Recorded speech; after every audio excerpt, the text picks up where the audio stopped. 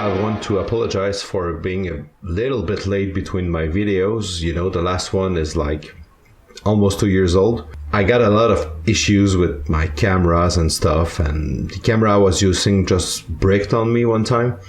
So I just got mad and put everything in a drawer, forget about it, and went to some other projects.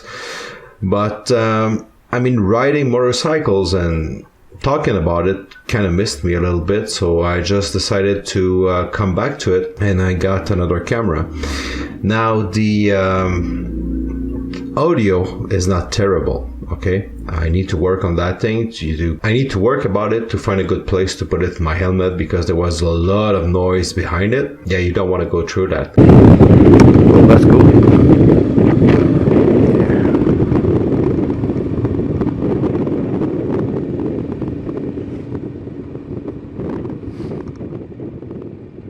And so basically what I did is just that I'm just going to make a little presentation, but actually the lucky part is that when I was stopped, the audio was actually alright. So I'm going to be able to explain you what I did, what exactly is the suicide shifter doing, basically how I built it. Now, as I said in the little footage, you're going to see it's a prototype, okay? I'm just working on it.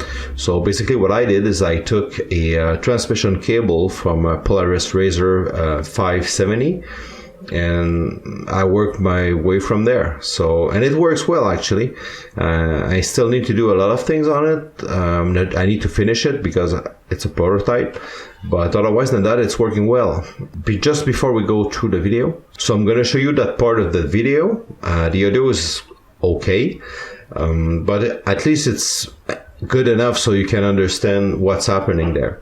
But before we go through it, I just want to let you know that my suicide shifter is not a suicide shifter.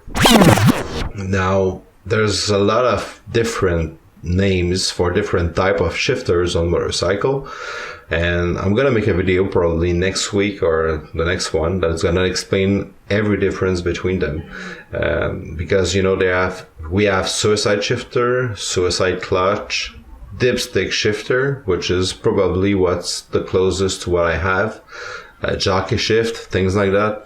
So I'm just gonna go through all of those different type of shifters, and maybe it's gonna inspire you to build something great. Actually, my bike is I mean, it's a rat bike. You can see the paint job right now. This is a rat bike. This has no real value, and sometimes just because of the little things I did to it, including the shifter, suicide or not. You know, sometimes I park beside motorcycles that are 10 times the value, and I got way more questions and explanations to do to people, and it's a really, really good discussion starter.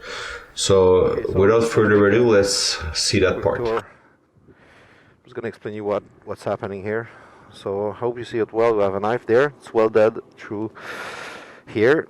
Now keep in mind that this is a prototype, okay? It's a prototype. It's made for testing. My welding sucks, by the way. I know that.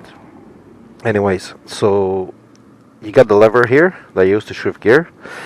There's two springs. It's just to help it bring back in the middle. I need to make some brackets here to make a better connection, the tie wraps. And there's a cable, so it goes through the cable to the other side behind the engine,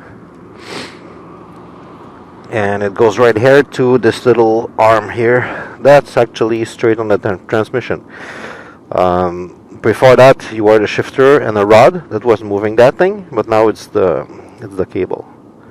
So that's basically it. And I feel it's more. I feel more in control with this one than the other one. I had a linkage in the front first, which was alright, but there was a lot of moving parts and a lot of things could happen. So I think this is a better solution. The cable, by the way, if you want to try something like that, come from Polaris RZR 570. It's the transmission cable.